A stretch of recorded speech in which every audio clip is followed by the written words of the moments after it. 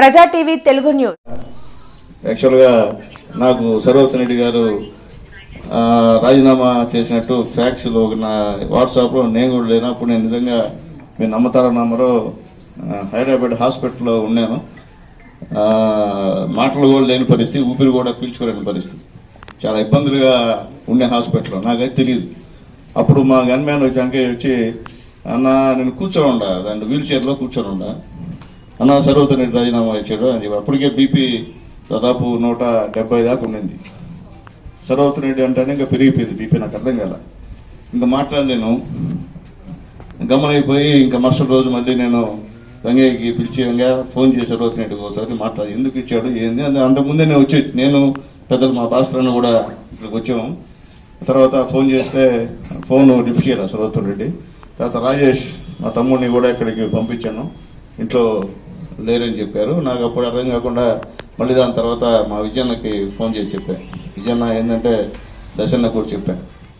అయితే పెద్ద మాకు కూడా తెలియదా, మాతో బాగానే మాట్లాడాడు, ఎందువల్ల చేశాడో రాజీనామా అని చెప్పారు. సరే నాకు ఒకసారి మాట్లాడదాం, ఏది ఎందువల్ల చేశాడో అర్థం కాని పరిస్థితి. దాన్ని పత్రికలు కానివ్వండి, సోషల్ మీడియా కానివ్వండి, గందరగోళంగా ప్రచారం పెట్టారు. సర్వోత్తమ రెడ్డి గారు రాజీనామా ఇచ్చేశారు, ఇంకేది ఎవరుంటారు, ఎవరు తెలుగుదేశం పార్టీకి వాళ్ళ వీళ్ళ తెలుగుదేశం పార్టీకి వాళ్ళ వీళ్ళ కాదు, కార్యకర్త తెలుగుదేశం పార్టీ బలం, అది గుర్తుపెట్టుకోమని చెప్పి నేను తెలియజేస్తున్నాను. సునీల్ కుమార్ అనే ఎమ్మెల్యే ఉన్నా లేకపోయినా తెలుగుదేశం పార్టీ కోటలో ఎప్పుడు చిరస్థాయిగా ఉండేటువంటి కార్యక్రమం.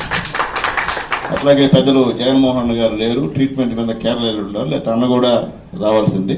అన్నతో కూడా మాట్లాడా. తర్వాత మళ్ళీ నేను మా జలీలు, మా మోహన్ రెడ్డి, మా మధు యాదవ్, సురేష్ అందరితో కూడా మాట్లాడిన తర్వాత నేనే సర్వోత్తమ రెడ్డికి మొన్న ఫోన్ చేశాను.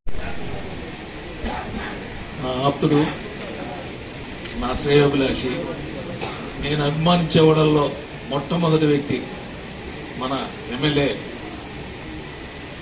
గౌరవనీయులు వాసం సునీల్ కుమార్ గారు ఇక్కడికి రావడం. నేను ఇన్ని రోజులు పార్టీకి దూరంగా ఉండాను, నాయకునికి, కార్యకర్తలకి, అందరికీ దూరంగా ఉండాను. కానీ ఈరోజు నాకు ఏం మనసులో లేవు. ఆయన వచ్చాడు, ఆయనతో నడవడం అనేది నాకు మెయిన్. ఇది ఇంతకుముందు కూడా చెప్పున్నాను నేను చాలాసార్లు. నేను ఎప్పుడు నడిచినా ఆయనతో నడుస్తా, నడవకపోతే ఇంట్లో ఉంటాను. వేరే ఎక్కడ నడవను, వేరే ఎవరితో కనిపించను, వేరే ఎవరితో రాజకీయం చేయను. చేస్తే ఆయనతో చేస్తా. ఆయన కానీ నాకు అవసరం లేదనుకుంటే ప్రశాంతంగా ఇంట్లో ఉంటాను, నాకు ఇబ్బంది కూడా లేదు. కానీ ఇక్కడ ఒకటే బాధ, నేను మిమ్మల్ని అందరినీ ఇబ్బంది పెట్టా. దయచేసి మీరందరూ నన్ను క్షమించాలా. ఎందుకంటే మీకు అందుబాటులో లేకుండా పోయిన ఇన్ని రోజులు నా మిత్రులందరినీ వదిలేసా, మిమ్మల్ని అందరినీ వదిలేసా. కాబట్టి దయచేసి మీరందరూ నన్ను క్షమించండి.